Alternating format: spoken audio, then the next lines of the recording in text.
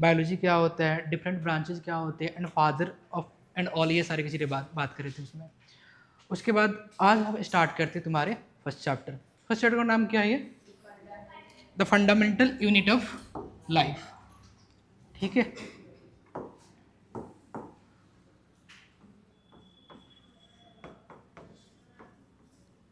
The fundamental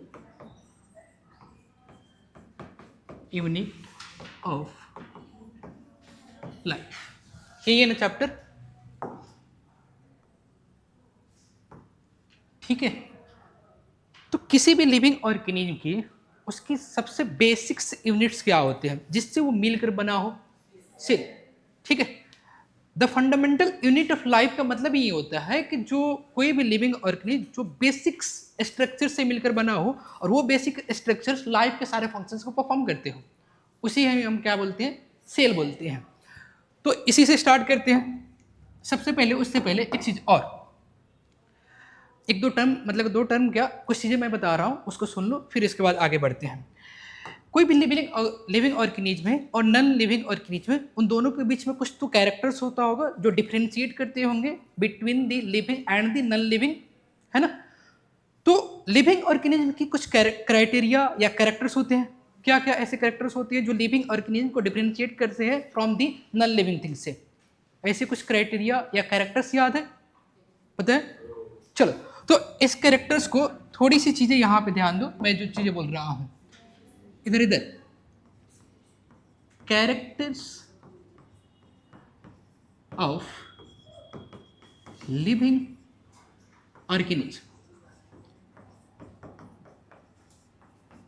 या इससे पहले यहां पे आ जाओ, पहले एक चीज और। ठीक है, अपन के सराउंडिंग में जो तुम जहां पे भी बैठे हो वो सराउंडिंग है तुम्हारे। ठीक है, और तुम्हारे सराउंडिंग में दो ही चीजें प्रेजेंट होंगे, एक तो प्रेजेंट होंगे लिविंग ऑर्गेनिज्म प्रेजेंट होंगे, और second non living organism present होंगे। ठीक है, तुम्हारे सराउंडिंग में दो ही चीज़ें प्रेजेंट होंगे, इसके अलावा कोई और चीज़ें होते ही नहीं अर्थ पे, या तो लिविंग होंगे और दूसरा वो नॉन लिविंग होंगे। लिविंग भी दूसरा एक और हो सकती है, डेड हो सकते हैं। डेड, तीनों टर्म में समझ में आते हैं ना, living, non living and dead. अच्छा, मतलब डेड को नॉन लिविंग बोलते हैं? टपक गया तो ओके। डेड का मतलब क्या होता है? मरा हुआ। मरते कौन है?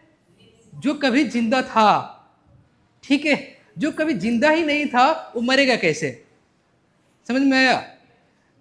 तो डेड और नॉन लिविंग में डिफरेंस यही होता है कि डेड क्या होते हैं? वंस अपॉन अ लिविंग होते हैं।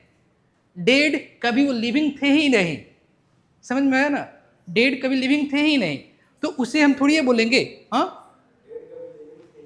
नहीं, नॉन लिविंग कभी वो लिविंग थे ही नहीं। नॉन लिविंग वो कभी लिविंग थे ही नहीं। डेड लिविंग थे, बट उनकी लाइफ प्रोसेस, जो भी लाइफ प्रोसेस होती है या लाइफ की एक्टिविटीज होती है, वो सारे लाइफ की एक्टिविटीज स्टॉप कर दिए, देन आफ्टर वो डेड हो गए। तो डेड, लिविंग और नॉन लिविंग में डिफरेंस यही होता है। लिविंग मतलब कि कुछ लाइफ के प्रोसेसेस या एक्टिविटीज को परफॉर्म करते हैं। नॉन लिविंग क्या होते हैं? जो कभी लिविंग थे ही नहीं। डेड क्या? जो कभी लिविंग थे। ठीक है, ये डिफरेंस याद रखना हमेशा। मैं क्या बोल रहा था? मैं ये बोल रहा था कि तुम्हारे सराउंडिंग में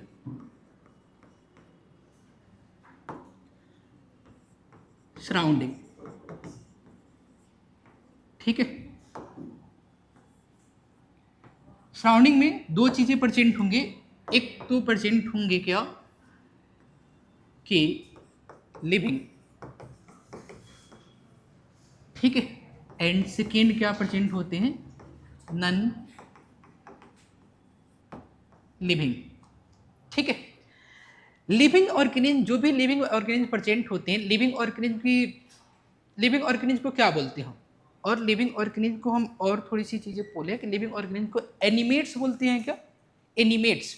हाँ, जो भी लिविंग ऑर्गेनिज्म है उसके लिए एक हम टर्म यूज करते हैं, animates. Animates means those things which are made up of this cell.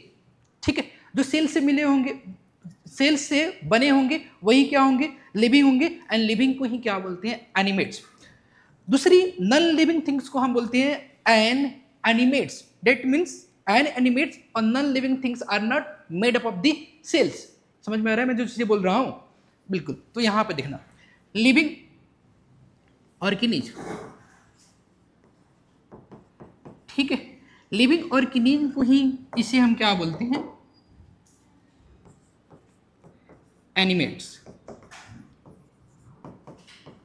और एनिमेट्स और लिविंग ऑर्गेनिज ये क्या होते हैं, मेड अप ऑफ सेल, ठीक है।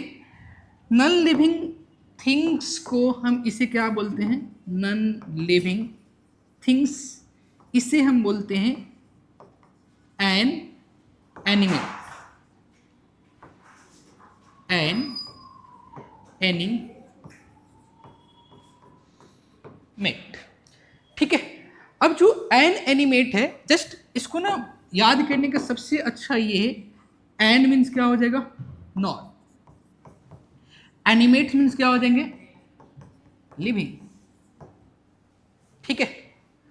जो लिविंग नहीं होंगे वो क्या होंगे, एन एनिमेट्स। तो एन एनिमेट्स ये सेल से मिलकर बने होते हैं क्या, are not made up of cell, ठीक है। समझ में आया? अब आ जाओ कि लिविंग ऑर्गेनिज्म की कैरेक्टर्स या क्राइटेरिया क्या होते हैं, ठीक है। लिविंग ऑर्गेनिज्म का फर्स्ट क्राइटेरिया या कैरेक्टर ये होते हैं कि living organism made up of the cells. That means their body is the cellular organisation होंगे, मतलब कि उसके बॉडी सेल से मिलकर बने होंगे, और सेल से जो भी बॉडी मिलकर बने होते हैं उसे हम बोलते हैं सेलुलर ऑर्गेनाइजेशंस। तो फर्स्ट क्राइटेरिया और character of the living organism is the cellular organisation होना ही चाहिए, तभी वो लिविंग होंगे, ठीक है। तो फर्स्ट क्राइटेरिया और कैरेक्टर क्या होंगे लिविंग ऑर्गेनिज्म का, एक फर्स्ट क्राइटेरिया और कैरेक्टर होंगे कि सेलुलर ऑर्गेनाइजेशन, ठीक है, सेलुलर ऑर्गेनाइजेशन। और लिविंग ऑर्गेनिज्म का और बताओ कैरेक्टर्स क्या होंगे, shows growth, yes, respond to the stimuli और सिग्नल्स, ठीक है, हाँ। और हाँ, लिविंग ऑर्गेनिज्म में लाइफ प्रोसेस, अगर लिविंग ऑर्गेनिज्म है तो लाइफ प्रोसेस को परफॉर्म करनी चाहिए। तो लाइफ प्रोसेस में क्या करना चाहिए, जैसे कि रेस्पिरेशन परफॉर्म करे, ठीक है, डाइजेशन परफॉर्म करे, एक्सक्रीशन परफॉर्म करे, ठीक है, ये सारे के सारे ये क्राइटेरिया होने चाहिए। दूसरी और रिप्रोडक्शन, अपने नंबर्स को इंक्रीज कर रहे हो तभी वो होंगे, ठीक है। हालांकि कुछ ऐसे क्राइटेरिया होते हैं जो लिविंग ऑर्गेनिज्म के क्राइटेरिया को वो फुलफिल नहीं करते, बट तुम्हारे लेवल पर वो चीज़ चल जाएंगे अभी, ठीक है। उसमें भी होते हैं defining feature and non defining feature होते हैं, वो चीज़ें अभी नहीं पढ़ने, जब तुम नीट में पढ़ते हो तो वहाँ पर चीज़ें बताई जाती हैं। सेकेंड क्राइटेरिया क्या होता है कि रिस्पॉन्ड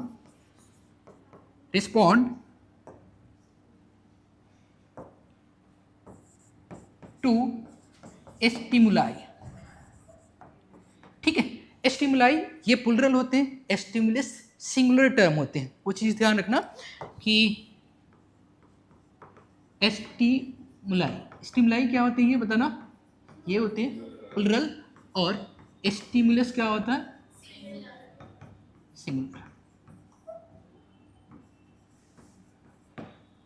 स्टिमुलस होता क्या exactly, what is the stimulus, ठीक है।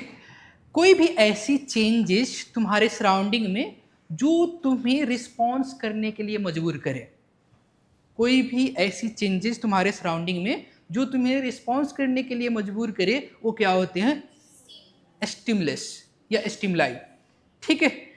जैसे कि ना तुम्हारे दोस्त ने पेन तुमको गांध दिया, ठीक है, तो वो क्या हुआ, मतलब कि वो एक तरह से चेंजेस तुम्हारे सराउंडिंग में हुआ और उसके बदले में तुमने थप्पड़ मारा, रिस्पॉन्स। ऐसे सुनते हो ना, जब कोई रिस्पॉन्स नहीं करते तो ये बोलते हैं ना कि तुम मर गए हो क्या, बोलते हैं ना, है ना। तो ऐसे क्यों बोलते हैं, क्योंकि तुम्हें वो रिस्पॉन्ड नहीं कर रहे हैं। और कोई भी ऐसी चीजें जो तुम्हें रिस्पॉन्स करने के लिए मजबूर करती है, वो चीजें क्या होती हैं, स्टिमुलस और स्टिमुलाई होते हैं। ठीक है, हाँ हाँ, जब तुम्हें थप्पड़ लगाए तो समझ जाना कि ये ठीक है। तो वो मैं डेफिनेशन नहीं लिखा रहा हूँ या उसके बारे में, बट तुम्हें इतना याद रहना चाहिए स्टिमुलस क्या होते हैं। फिर दूसरी चीज आती है रिस्पॉन्स। रिस्पॉन्स क्या होता है, हाँ, मतलब कोई भी एक्शन अगेंस्ट दी जो स्टिमुलस होती है, वो एक्शंस क्या होती हैं, रिस्पॉन्स होते हैं। ठीक है, तो ये चीज़ समझ में आ रहा होगा। अब जो लिविंग ऑर्गेनिज्म होते हैं, living organism they show the action against the stimulus. कोई भी लिविंग ऑर्गेनिज्म है वो एक्शंस तो शो करते ही हैं, मतलब कि they respond against the stimuli. ठीक है, ये चीज़ें होती है। और जितनी सारे लिविंग ऑर्गेनिज्म हैं, इसमें क्या होते हैं, मेटाबॉलिज्म। ठीक है, मेटाबॉलिज्म क्या होता है, हाँ, जितने सारे केमिकल रिएक्शंस किसी लिविंग ऑर्गेनिज्म के इनसाइड होते हैं या उसके सेल्स के इनसाइड होते हैं, वो क्या होते हैं, metabolism. All sum of all the chemical reaction that occurs inside the living organism या अकर्स इनसाइड द बॉडी और cells is known as the metabolism. Metabolism में दो तरह का मेटाबॉलिज्म होते हैं अपने बॉडी में। एक तो होता है कि सिंथेटिक होती है, जिससे कोई चीज़ें बनती रहती है, और दूसरी होती है कि डिस्ट्रक्टिव होती है। डिस्ट्रक्टिव मतलब लार्ज चीज़ें ब्रेक डाउन कर रहे हैं स्मॉलर पार्टिकल्स में। सेकेंड मैंने बोला सिंथेटिक, जिसमें स्मॉलर पार्टिकल्स लार्ज पार्टिकल्स की फॉर्मेशन करते हैं। तो मेटाबॉलिज्म टू टाइप्स के होती है, एक तो होती है सिंथेटिक और दूसरी होती है डिस्ट्रक्टिव। सिंथेटिक मेटाबॉलिज्म को हम एक टर्म देते हैं एनाबॉलिज्म। एनाबॉलिज्म एनाबॉलिज्म क्या होते हैं, जिसमें स्मॉलर मॉलिक्यूल्स, स्मॉलर थिंग्स ये मिल करके लार्ज थिंग की फॉर्मेशन करते हैं, डेट मीन ये सिंथेसिस कर रहे हैं। एंड दूसरी मैंने बोला डिस्ट्रक्टिव को बोलते हैं catabolism. Catabolism means large things, particles, compounds smaller का मॉलिक्यूल्स या कंपाउंड्स में जब ब्रेक डाउन होंगे तो वो क्या होंगे, कैटाबॉलिज्म या डिस्ट्रक्टिव। समझ में आया, ये चीज समझ में है। एग्जाम्पल के तौर पे देख सकते हो, जैसे अपने सराउंडिंग में क्या किए कि तुमने एक ईंट को तोड़ दिए, ठीक है, तो वो क्या हुआ, मतलब एक जस्ट वो एक प्रॉपर एग्जाम्पल नहीं है, मतलब कि वो डिस्ट्रक्ट हुए ना, और डिस्ट्रक्ट हुए डेट मीन्स वो कैटेगोरी। दूसरी एक अदर एग्जाम्पल बताते हैं कि डिस्ट्रक्टिव का, तुम किसी भी वुड्स को फायर करते हो वुड्स ये बर्न होकर के एस की फॉर्मेशन करते हैं।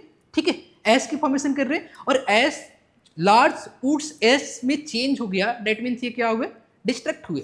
ठीक है, तो इस तरह के जो रिएक्शंस होती है एक्चुअली, तो ये क्या होते हैं, ये डिस्ट्रक्टिव रिएक्शन और कैटाबॉलिज्म। दूसरे मैंने बोला सिंथेटिक, जिसमें जैसे कि एक ब्रिक्स को बनाने के लिए तुम क्या करते हो, सॉइल्स को वाटर के साथ मिक्स करते हो, क्या बनते हैं, ब्रिक्स बनते हैं। डेट मीन्स स्मॉलर थिंग्स को, smaller molecules of the soils को क्या किए, उसको वाटर के साथ मिक्स करके लार्ज थिंग्स बनाए, डेट मीन्स सिंथेसिस किए। और सिंथेटिक रिएक्शन को हम क्या बोलते हैं, एनाबॉलिज्म। ठीक है, वो चीज़ें मैं लिख नहीं रहा, तुम जस्ट समझाने के लिए बताया वो सारी चीज़ें। नेक्स्ट जो और इसके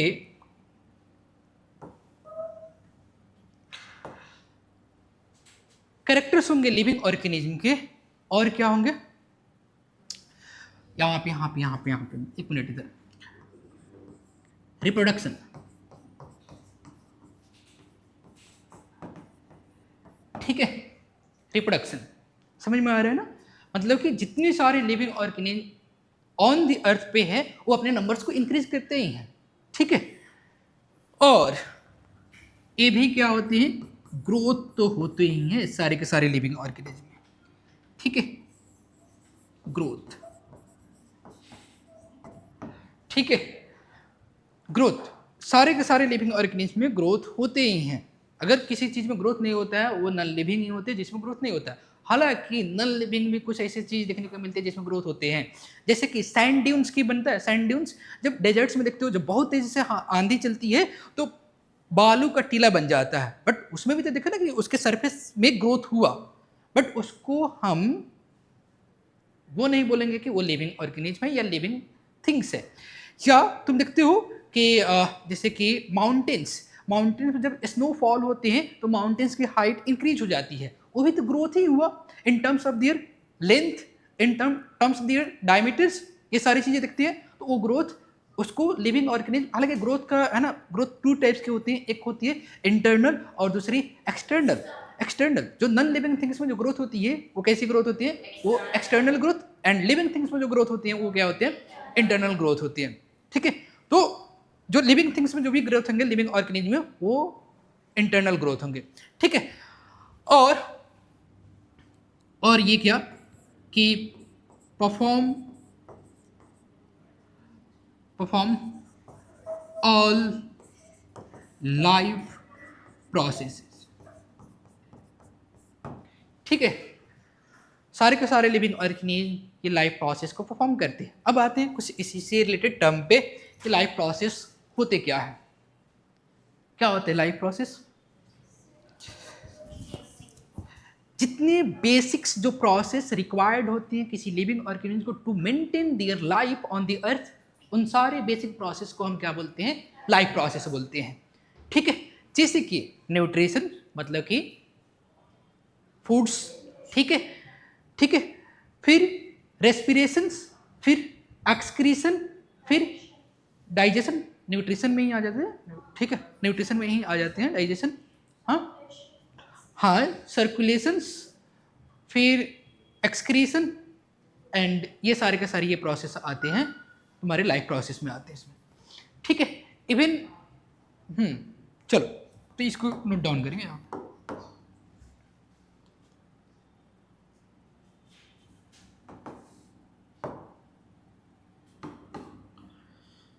उधर से हो गया, जब मैं बोलूंगा तभी लिखेंगे, कोई उससे पहले नहीं लिखेगा। ठीक है,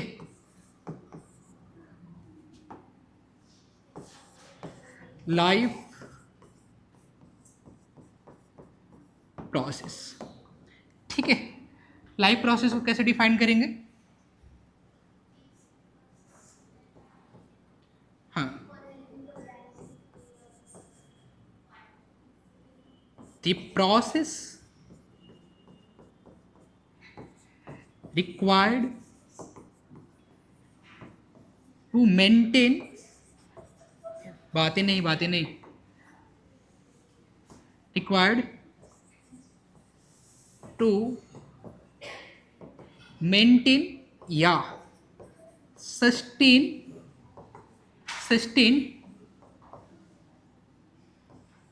लाइफ ऑन द अर्थ। एक मिनट, ठीक है,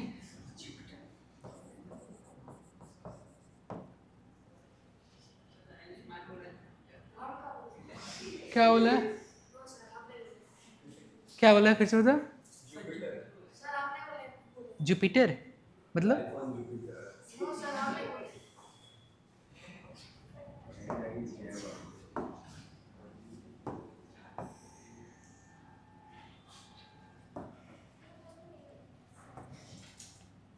चलो, तो कौन कौन से ऐसे प्रोसेस है?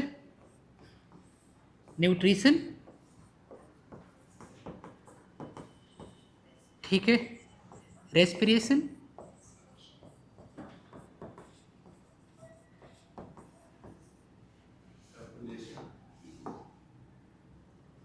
ठीक है, सर्कुलेशन भी,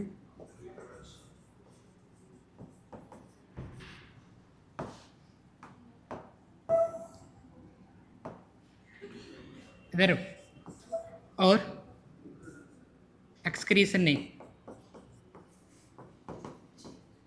जिंदा रहने के लिए कोई जरूरी नहीं है कि तुमको रिप्रोडक्शन ही करना होगा। मतलब कि अपन खुद को जिंदा रहने के लिए, किसी एक सेल को जिंदा रहने के लिए वो क्या चीज़ें कर सकता है, रिप्रोडक्शन उसमें नहीं आते हैं। ठीक है, एक्सक्रीशन और सर्कुलेशन को ट्रांसपोर्टेशन भी बोल सकते हो। तो ये सारे के सारे ये जो प्रोसेस होते हैं ये इसेंशियल प्रोसेस होते हैं लाइफ को परफॉर्म करने के लिए। हाँ जरूर लिख सकते हैं, लिख लो खुद।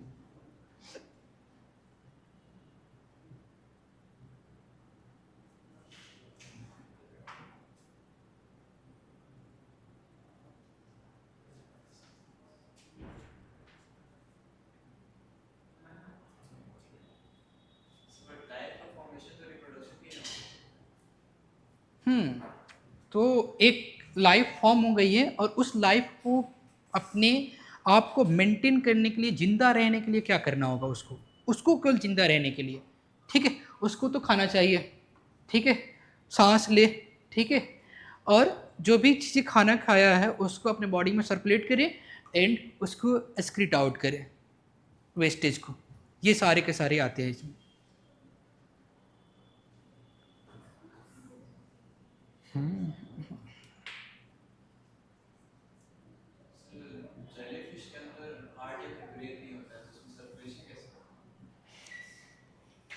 जेली फिश नहीं, उसके अलावा बहुत सारे ऐसे ऑर्गेनिज्म हैं जिसमें सर्कुलेशन नहीं होते हैं, बट सर्कुलेशन के लिए थोड़ी बहुत चीज़ें होती है, जैसे कि कुछ ऐसे कैपलरीज वगैरह या छोटी ऐसी कुछ चीज़ें होती है जिसमें कुछ चीज़ें सर्कुलेट करती है। अच्छा इवन तुम, हाँ हाँ बताओ, कोई कुछ बोल रहा है क्या?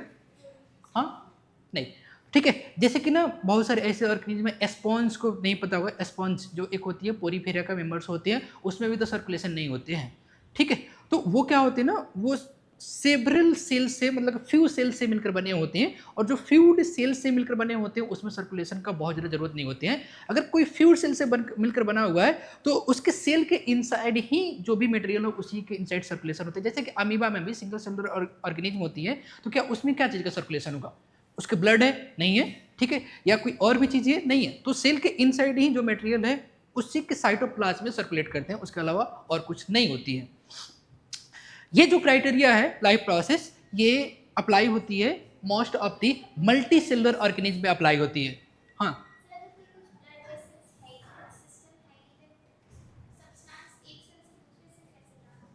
किसके लिए बात कर रहे हैं अपन के? मल्टी सेलुलर ऑर्गेनिज्म के लिए बात कर रहे हैं या?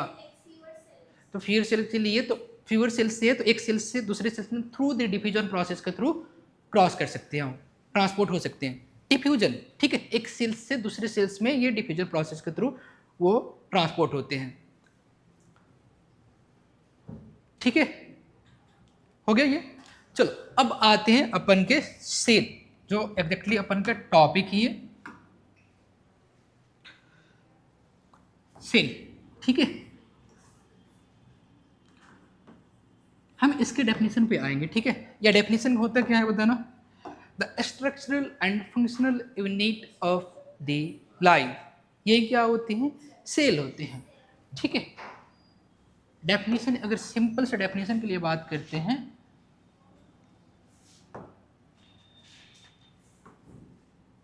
तो होता क्या है? दे स्ट्रक्चरल, नहीं,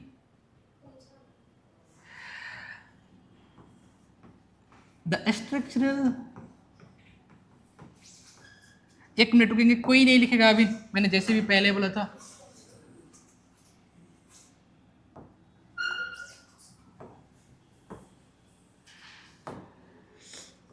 cell is the basic structural and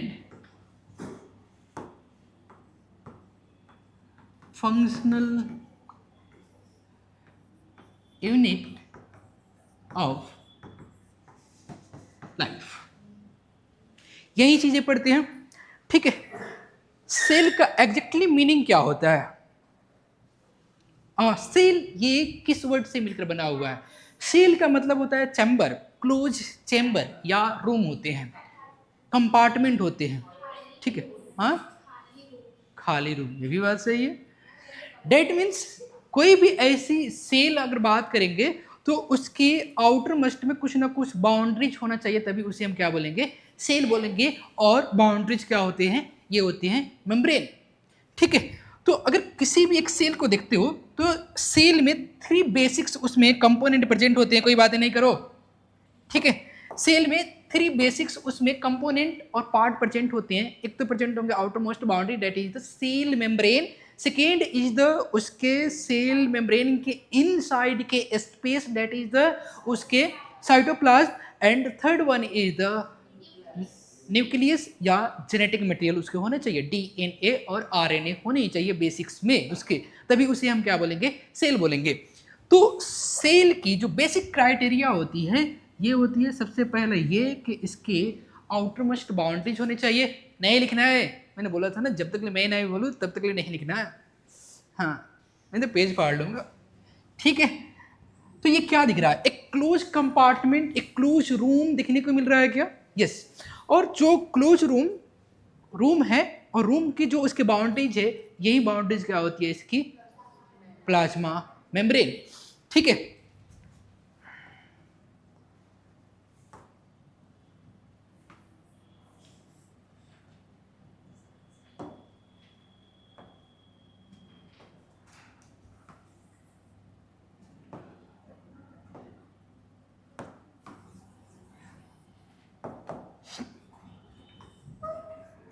ठीक है, ये क्या है, इसकी आउटर मोस्ट बाउंड्री। ठीक है, आउटर मोस्ट बाउंड्री।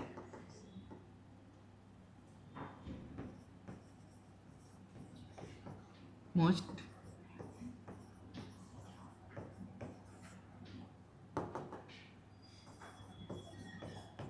ठीक है, सेकेंड, इस बाउंड्री के इनसाइड प्रेजेंट होते हैं स्पेस, और इसी स्पेस के लिए हम टर्म यूज करते हैं साइटोप्लाज्म। एंड थर्ड, इसमें प्रेजेंट होते हैं कुछ जेनेटिक मटेरियल प्रेजेंट होते हैं, और इसी जेनेटिक मटेरियल के लिए एक टर्म यूज करते हैं कंट्रोलर। ठीक है, या कंट्रोलिंग यूनिट। ठीक है, या इसी के लिए बोलते हैं हम इसकी ब्रेन। ठीक है, समझ में। अब ये जो सेल है ना, तो बाउंड्री के लिए जब भी हम बात करते हैं ना, तो बाउंड्री एग्जैक्टली क्या होती है इसकी, प्लाज्मा मेम्ब्रेन, या प्लाज्मा मेम्ब्रेन को ही हम क्या बोलते हैं, सेल मेम्ब्रेन। ठीक है, पीएम मतलब कि प्लाज्मा मेम्ब्रेन।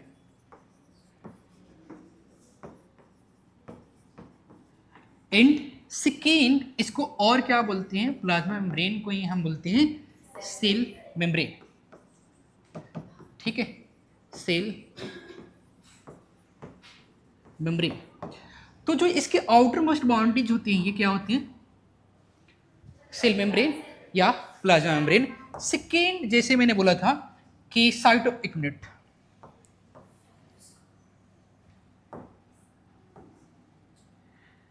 साइटोप्लाज्म के लिए हम जो टर्म यूज करते हैं, वर्किंग प्लेस। ठीक है, वर्किंग प्लेस जहां पे वो सारे का सारे अपने काम करते हैं, वो होती है वर्किंग प्लेस। और सेल की जो वर्किंग प्लेस है, इसे हम क्या बोलते हैं, साइटोप्लाज्म। मतलब कि मोस्ट ऑफ दी ये मेटाबॉलिक रिएक्शंस ये कहाँ पे करते हैं, ये साइटोप्लाज्म में करते हैं। ठीक है, एंड जो इसके ब्रेन होते हैं, ब्रेन ये यहाँ पे होते हैं, इसके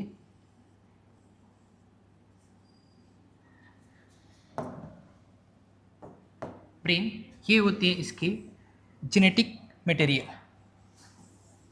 ठीक है, जेनेटिक मटेरियल। और जेनेटिक मटेरियल में जो most of the living organism में जो जेनेटिक मटेरियल प्रेजेंट होती हैं, ये होती हैं DNA, deoxy ribo nucleic acid. ठीक है, कुछ ऐसे ऑर्गेनिज्म हैं जिसमें जेनेटिक मटेरियल आरएनए प्रेजेंट होते हैं, जैसे कि कुछ ऐसे वायरसेस हैं जिसमें आरएनए प्रेजेंट होते हैं, but most of the living organism में प्रेजेंट होते हैं जेनेटिक मटेरियल, ये होते हैं डीएनए। ठीक है, तो इसी डीएनए को, ये जो यहाँ पे डीएनए प्रेजेंट है, इसी डीएनए के लिए हम क्या टर्म यूज करते हैं? Controller, controlling unit and brain of the cell. Brain of the cell क्यों बोलते हैं? Brain of the cell, brain of the cell क्यों बोलते हैं? क्योंकि ये जितने सारे मेटाबॉलिक एक्टिविटीज या मेटाबॉलिज्म होते हैं उसको ये क्या करते हैं? कंट्रोल करते हैं। कैसे कंट्रोल करते हैं? तो ये करते हैं कि ये प्रोटीन्स की सिंथेसिस करते हैं और प्रोटीन्स के थ्रू ये सारे के सारे साइटोप्लाज्म में जो भी काम हो रही है उसको ये कंट्रोल करते हैं। ठीक है, तो ऐसे समझ सकते हो कि घर घर सबके घर में है ना, कोई एक होती है ना घर का जो हेड होती है, जो सारे के सारे इंस्ट्रक्ट करते हैं, सबको बताते हैं कि जैसे होते हैं ना, उसको क्या बोलते हैं घर में जो हेड होते हैं उसको? हाँ, दादाजी होते हैं। ठीक है, हाँ। तो वो क्या करते हैं ना, वो मतलब घर में कोई भी चीज़ें होगा बिना उनसे पूछे नहीं होगा, या वही इंस्ट्रक्शन देंगे क्या क्या होना है क्या क्या नहीं होना है, सभी लोग उसको क्या करते हैं? फॉलो करते हैं। ठीक है, तो ये क्या होता है ना, इस घर के ये दादाजी होते हैं, ये जेनेटिक मटेरियल। ठीक है, और वो अपने जो भी उनके बच्चे होते हैं उसके थ्रू सारे के सारे काम करवाते हैं। डेट इज वो सारे के सारे काम कहाँ पे होते हैं? साइटोप्लाज्म में होते हैं इसके।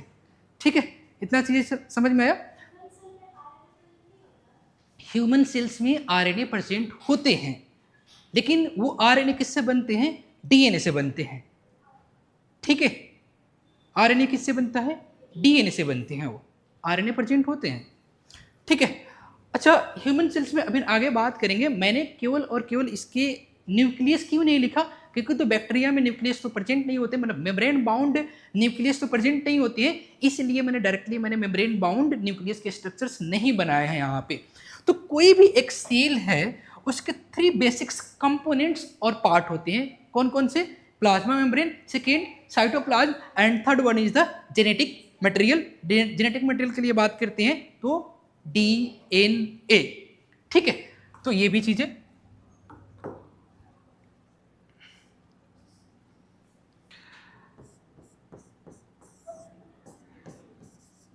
द बेसिक या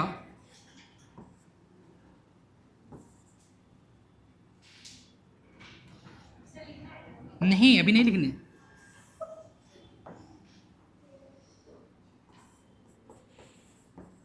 या फंडामेंटल कंपोनेंट ऑफ सेल। कितने कंपोनेंट होते किसी सेल के? कितने?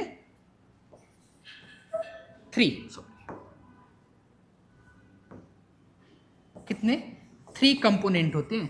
कोई भी सेल है उसके 3 बेसिक कंपोनेंट होते हैं, और 3 बेसिक कंपोनेंट में कौन कौन से होते हैं? सबसे पहला प्लाज्मा मेम्ब्रेन, या इसी को हम क्या बोलते हैं? Cell membrane. इसके शॉर्ट में यहाँ पे ब्रैकेट में जरूर लिख लेना पीएम और सीएम। ठीक है, एंड जो इसके सेकेंड कंपोनेंट होते हैं ये क्या होते हैं? साइटोप्लाज्म। एंड जो थर्ड कंपोनेंट होते हैं ये क्या होते हैं? Genetic material.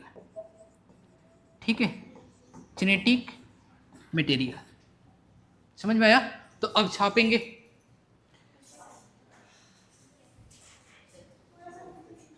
थोड़ी सी नीचे, 1 मिनट रुक जाओ। हो गया?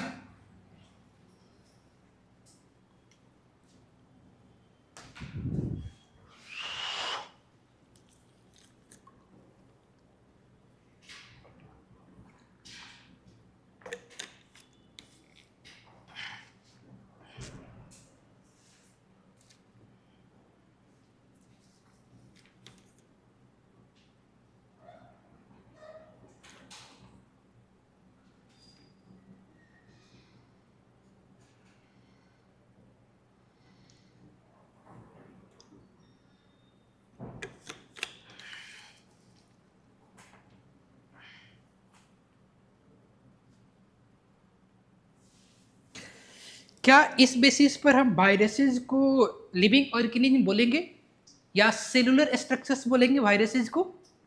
क्यों नहीं? क्यों नहीं?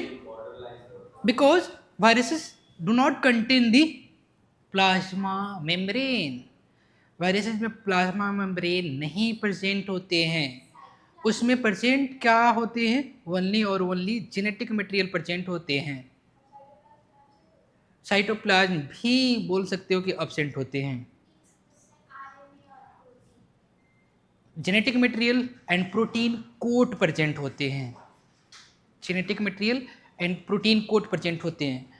क्योंकि उसमें प्लाज्मा मेम्ब्रेन एब्सेंट होते हैं वायरसेस में, सो वायरसेस को हम सेलुलर स्ट्रक्चर्स कंसीडर नहीं करते हैं। इसलिए हम वायरसेस को क्या बोलते हैं? वायरसेस को हम रखते हैं between the living and non living के बीच में हम रखते हैं।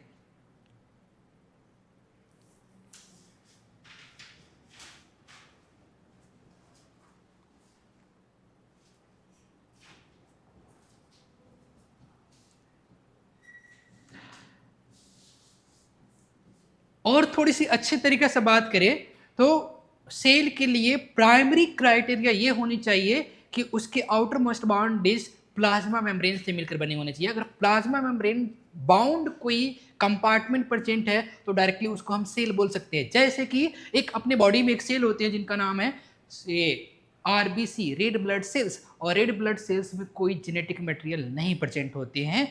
ओनली और ओनली प्लाज्मा मेम्ब्रेन प्रेजेंट होते हैं एंड प्लाज्मा मेम्ब्रेन के इनसाइड साइटोप्लाज्म प्रेजेंट होते हैं। इसके अलावा और कुछ नहीं प्रेजेंट होते हैं इसमें।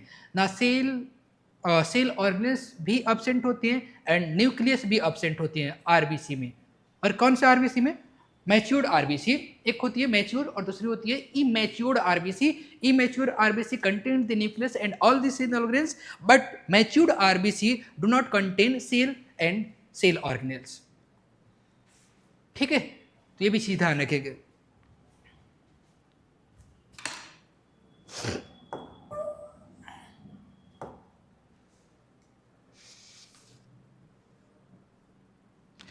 अब एनसीईआरटी जब पढ़ोगे ना तो एनसीईआरटी के बॉक्स में एक क्वेश्चन दिया हुआ है कि why cell is called structural and functional unit of life.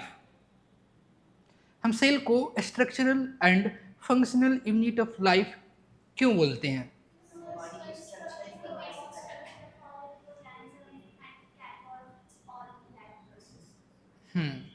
Exactly. अब आते हैं उसी बात पे, कैसे वो एक सिंगल सेल्स सारे लाइफ प्रोसेस को कैरी ऑन करते हैं, वो अभी हम देखते हैं। ठीक है,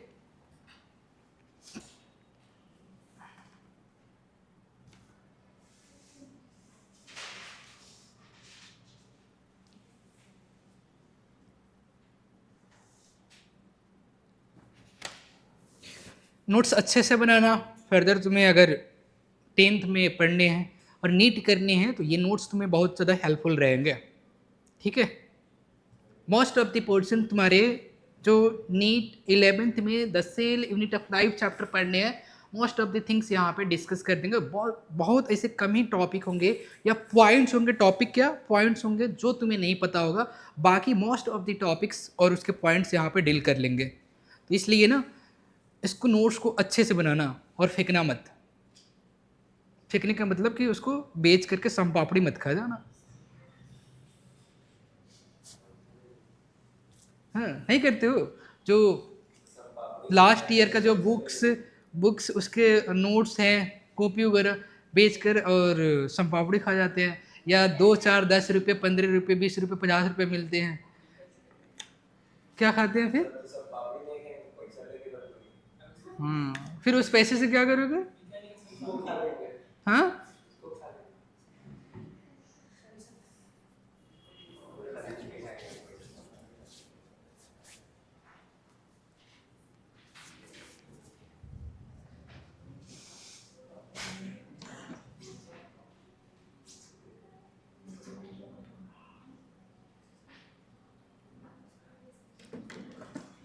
हो गया? दिख नहीं रहा है? ये लो।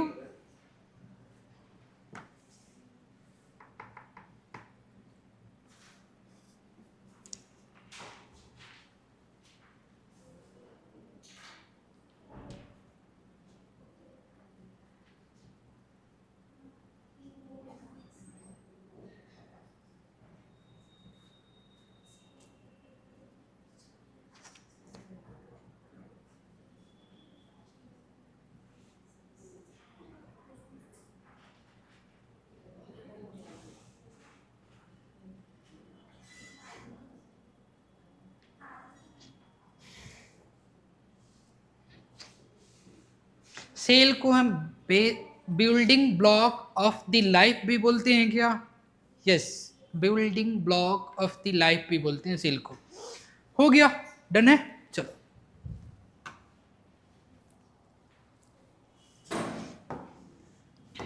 जो तुम्हारे बुक का क्वेश्चन है ना, वो क्वेश्चन को क्या है? क्वेश्चन वाई हाँ, बिल्डिंग ब्लॉक। ब्लॉक क्या होते हैं ना, अलग अलग चीजें, ठीक है। जैसे कि ब्रिक्स, ठीक है। ब्रिक्स को एक एक अगर एक जगह उसको मतलब कि उसको एक के ऊपर एक रखोगे तो एक क्या बन जाएंगे, एक पूरे से एक ब्लॉक बन जाएंगे, मतलब कि एक पूरे से एक स्ट्रक्चर ही बन जाएंगे, ठीक है। समझ में आ रहा है ना मैंने क्या बोला? ब्लॉक, ब्लॉक मतलब वही की चीज़ है कि अगर एक कोई यूनिट है और यूनिट्स को एक के ऊपर एक रखते जाओगे, ठीक है, या हॉरिजेंटली या वर्टिकली अगर उसको प्लेस करोगे तो एक स्ट्रक्चर्स का ही फॉर्मेशन करेंगे, डेट इज क्या हो जाएंगे, वो ब्लॉक होंगे, ठीक है। जैसे कि अगर हम बात करेंगे ना मल्टी सेलुलर ऑर्गेनिज्म को, दिव्या मेरा ध्यान किधर है? इधर रहनी चाहिए बोर्ड पे, ठीक है।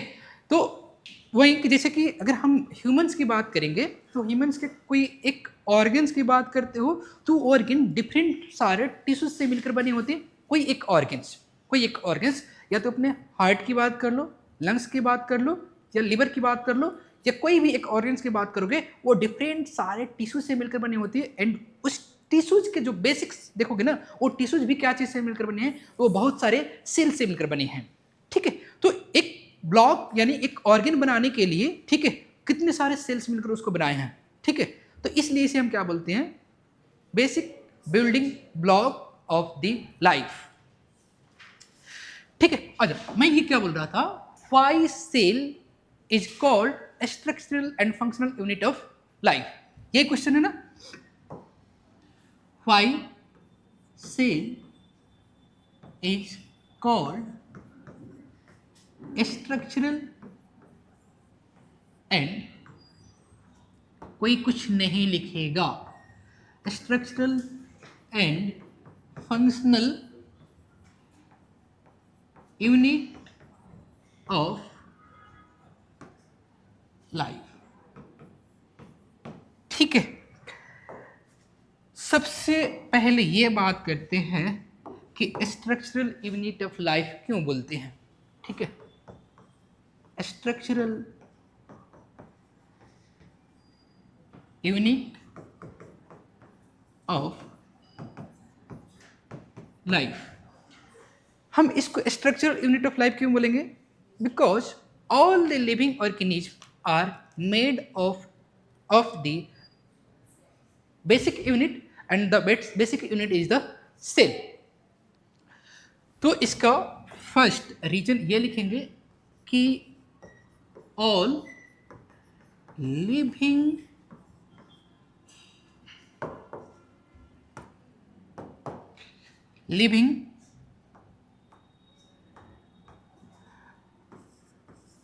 organisms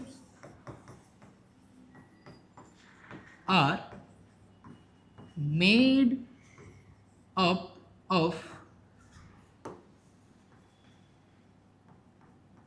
cells, ठीक है। all living organisms are made up of the cell and cells form the body structure of the living organism। Cells ये क्या यही बॉडी स्ट्रक्चर्स के फॉर्मेशन कर रहे हैं कि हम ब्रॉड लेवल पे बात करेंगे तो सेकेंड रीजन ये, सेल्स फॉर्म्स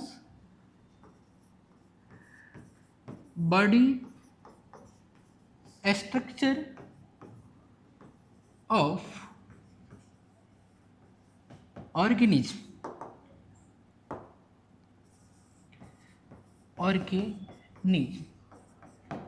ठीक है। जैसे कि unicellular organism and the multicellular organism. तो मल्टी सेलुलर ऑर्गेनिज्म में मल्टीपल सेल्स मिलकर उस ऑर्गेनिज्म की फॉर्मेशन करते हैं। यूनिसेलुलर ऑर्गेनिज्म के लिए कुछ बोलना ही नहीं है, सिंगल सेल्स ही उसकी क्या है, कंप्लीट बॉडी स्ट्रक्चर्स ही है, ठीक है। तो इसके एग्जाम्पल में क्या लिख सकते हो, ये जो मैंने चीज़ें बोला इसके लिए कि यूनिसेलुलर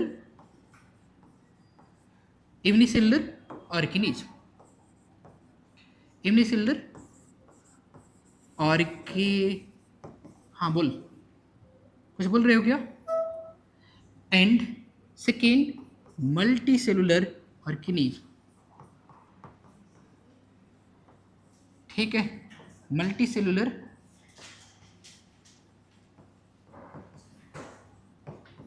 ऑर्गेनिज्म। अब unicellular organism and multi cellular organism में डिफरेंस क्या होते हैं, कोई बताएगा? हाँ,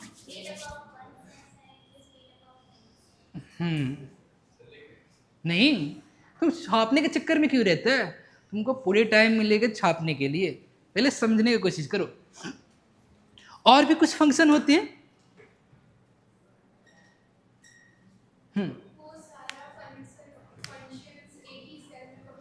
हाँ, मतलब कि अलग अलग फंक्शंस को परफॉर्म करने के लिए अलग अलग उसमें सेल्स नहीं होते हैं, एक ही सेल्स सारे के सारे फंक्शंस को परफॉर्म करते हैं, है ना। अगर कोई चीज़ मान लो, अगर कोई चीज़ है, बड़ी सी चीज़ है और उसके डिफरेंट पार्ट डिफरेंट फंक्शंस को परफॉर्म कर रहे हैं, मतलब कि उस एक सिंगल थिंग्स के डिफरेंट पार्ट्स है, डिफरेंट फंक्शन को परफॉर्म कर रहे हैं, डेट मीन्स उसमें डिवीजन ऑफ लेबर परसेंट है। लेकिन कोई एक ही यूनिट है और वो सारे काम को एक ही यूनिट परफॉर्म कर रहा है, क्या उसमें डिवीजन ऑफ लेबर है? नहीं है। तो यूनिसेलुलर ऑर्गेनिज्म के पास डिवीजन ऑफ लेबर नहीं होते हैं, मल्टी सेलुलर ऑर्गेनिज्म के पास डिवीजन ऑफ लेबर परसेंट होते हैं।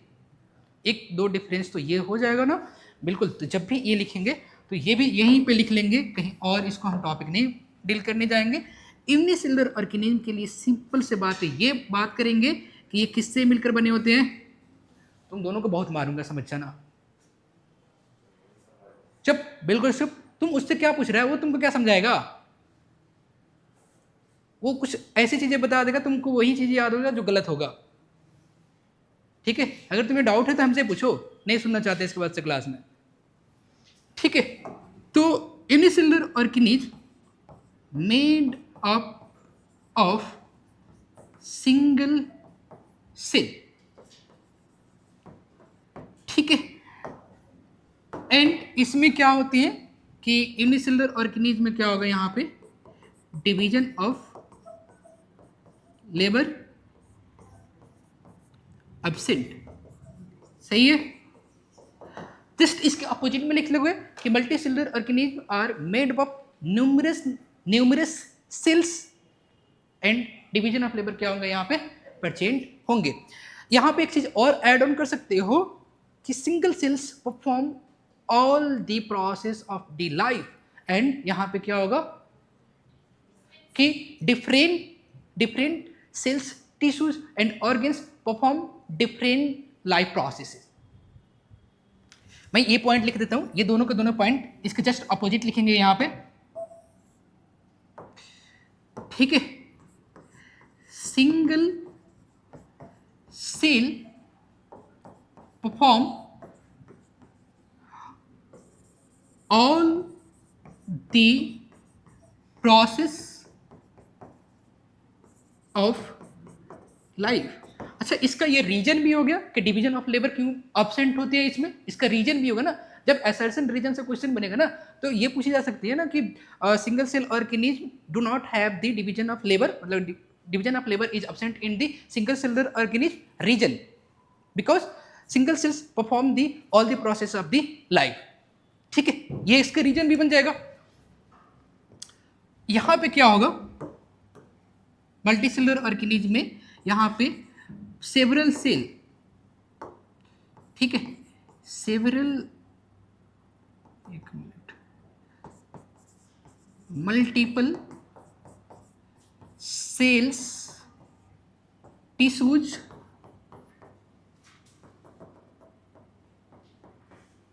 Multiple cells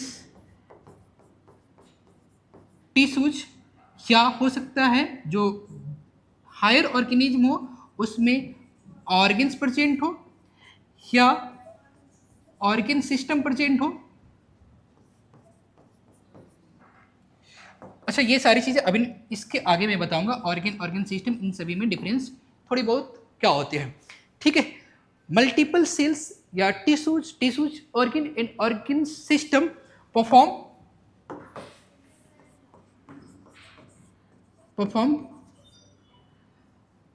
life process. अब इन ऊपर पढ़कर आए हैं कि लाइफ प्रोसेस क्या क्या होती हैं, जैसे कि न्यूट्रिशन, ठीक है, न्यूट्रिशन, रेस्पिरेशन, एक्सक्रीशन, हाँ, सर्कुलेशन, ट्रांसपोर्टेशन, ये सारे के सारे ये हमारे में, जैसे कि हम अपने बॉडी में ही बात करते हैं तो हमारे में डाइजेशन के लिए एक डाइजेस्टिव सिस्टम प्रेजेंट है, रेस्पिरेशन के लिए रेस्पिरेटरी सिस्टम प्रेजेंट है, एक्सक्रीशन के लिए एक्सक्रीटरी सिस्टम प्रेजेंट है, ठीक है, ट्रांसपोर्टेशन के लिए सर्कुलेटरी सिस्टम प्रेजेंट है, ठीक है। इसी तरह से स्टिमुलस के लिए नर्वस सिस्टम प्रेजेंट है। तो अलग अलग चीज़ें यहाँ पे प्रेजेंट है, ठीक है। तो वो चीज़ें ध्यान में रखेंगे यहाँ पे। जस्ट ये 2 पॉइंट जो लिखे हैं, जस्ट इसका यहाँ पे अपोजिट लिखेंगे, यहाँ पे कंप्लीट करेंगे फिर।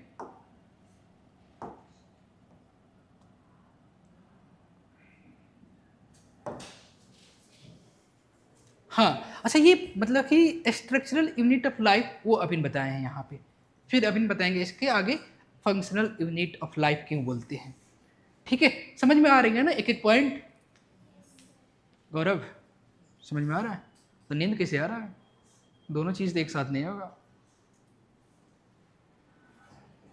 जब दिमाग चलता है ना तो नींद नहीं आएगा, जब नींद आता है डेट मीन्स दिमाग नहीं चल रहा है।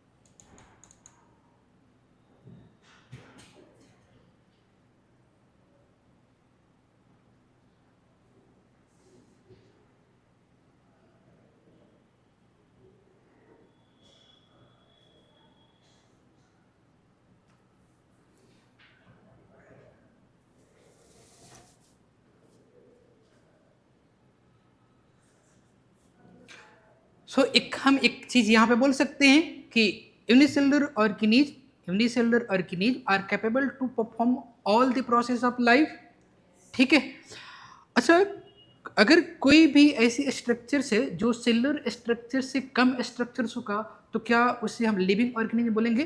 तो एक चीज हम यहाँ पे ये भी बोल सकते हैं, anything less than a complete structure of cell, उसे हम क्या बोल सकते हैं? Do not considered as independent living organism, ठीक है।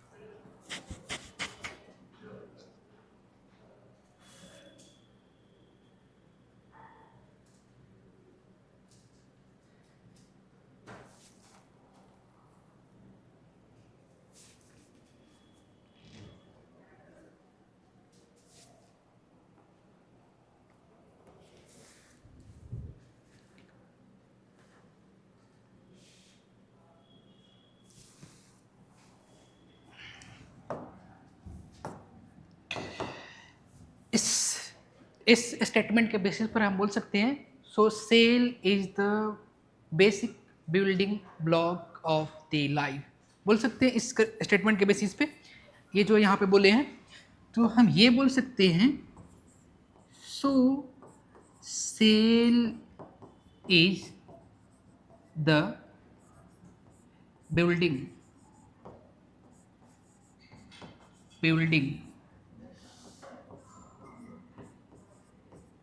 block of life। एक अलग से पॉइंट ये भी हम यहाँ पे नोट डाउन करेंगे, पहले ये कर लेते हैं। तो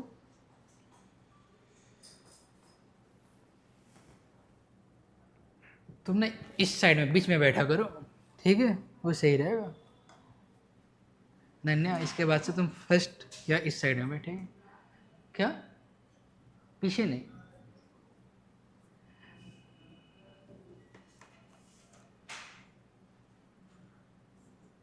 मैं जो भी चीज़ें पढ़ा रहा हूँ, मैं नेक्स्ट क्लास में वो सारी चीज़ें किसी से पूछ सकता हूँ, इसलिए ये नहीं सोच कर आएंगे कि बायो ही है ना, एक बार भी पढ़ने से याद हो जाएगा। मैं वो जितना चीज़ें यहाँ पे बोला हूँ क्लास में, मैं उसके सारे के सारे चीज़ें पूछूंगा, रीजन भी पूछूंगा। अगर कोई नहीं बनाए बताएगा तो बी रेडी फॉर पनिशमेंट।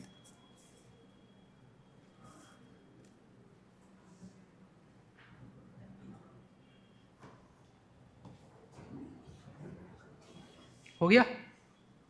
किसका किसका नहीं हुआ अभी तक?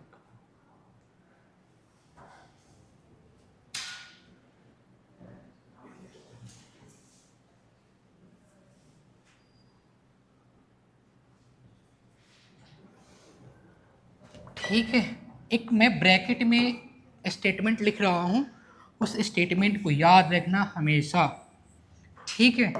और ये स्टेटमेंट क्या है, ये लिख लिए ना।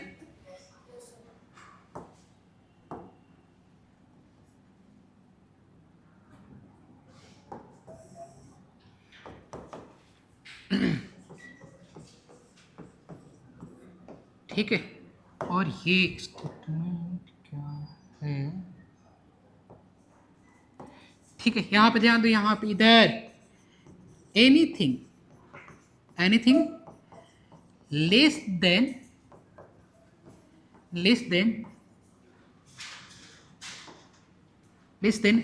a complete structure of cell do not ensure that a living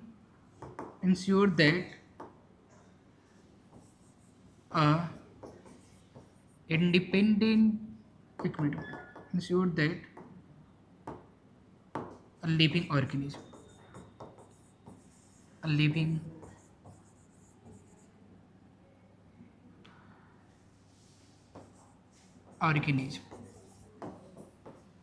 ठीक है, ये स्टेटमेंट जरूर से लिख लेंगे जल्दी से। जो नेक्स्ट पॉइंट करेंगे नेक्स्ट पेज में करते हैं।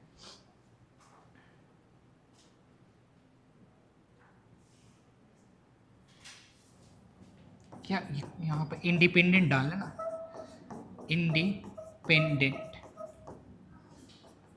ठीक रहता है। ये इंडिपेंडेंट, ये यहाँ पे ना इंडिपेंडेंट लिखे हैं, कुछ चीज़ें यहाँ पे नहीं समझ में आए तो पूछ लेना। क्या हुआ, हंसी की बात है? ओके, कंपटीशन लिखने में कर रहे हो गया। चलो सेकंड इसका हम फंक्शनल यूनिट ऑफ लाइफ क्यों बोलते हैं वो भी हम देख लेते हैं।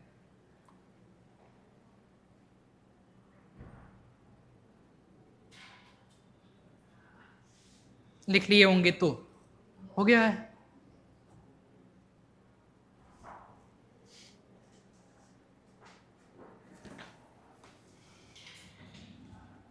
तो यहीं पे कर लेते हैं नीचे ही कि second functional unit of life क्यों बोलते हैं, कोई बताएगा? ऑल द एसेंशियल फंक्शन या process all the essential process of life occurs inside, हाँ हाँ,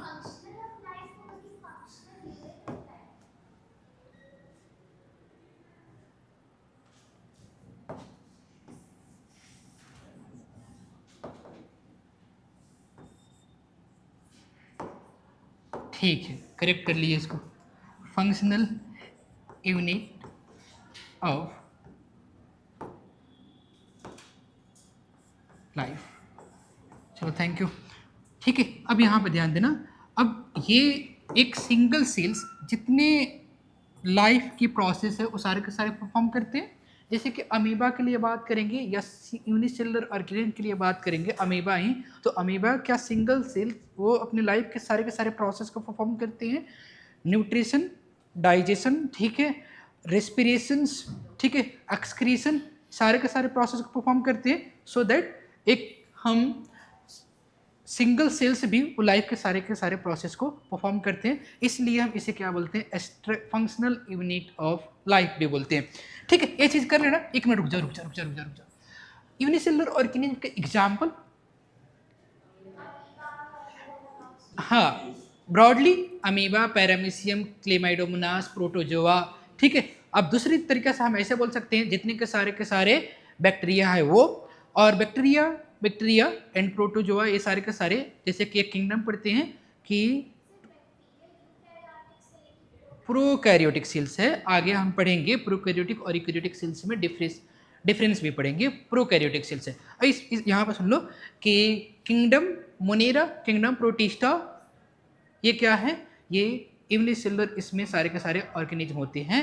एंड रेस्ट ऑफ दी जो किंगडम होते हैं, fungi, Plantae and the Animalia, ये क्या होती हैं, मल्टी सेलुलर, इसमें ऑर्गेनिज्म प्रेजेंट होते हैं। अब इनके लिए इतना ही याद रखेंगे, इधर अब इनके लिए इतना ही याद रखेंगे कि जो यूनिसेलुलर ऑर्गेनिज्म होते हैं, यूनिसेलुलर ऑर्गेनिज्म, ठीक है, यूनिसेलुलर ऑर्गेनिज्म, इसके एग्जाम्पल क्या हो जाएंगे जो तुम्हें कुछ याद है, ऑल बैक्टीरिया, ठीक है, प्रोटोजोआ, ठीक है, अमीबा, पैरामीशियम, एटीसी। ठीक है, मल्टीसेलुलर ऑर्गेनिज्म के लिए, ठीक है, उसके लिए कुछ बताना पड़ेगा नहीं, तो उसके भी एग्जाम्पल खुद से लिख लेंगे मल्टीसेलुलर ऑर्गेनिज्म का नाम। हाँ, सारे के सारे एनिमल्स, सारे के सारे प्लांट और जितने फंगस दिखाई देते हैं वो सभी के सभी क्या होती हैं, वो मल्टीसेलुलर होते हैं। ठीक है, तो आज के लिए थैंक यू सो मच। और आज क्या क्या पढ़े हैं वो बताना पहले।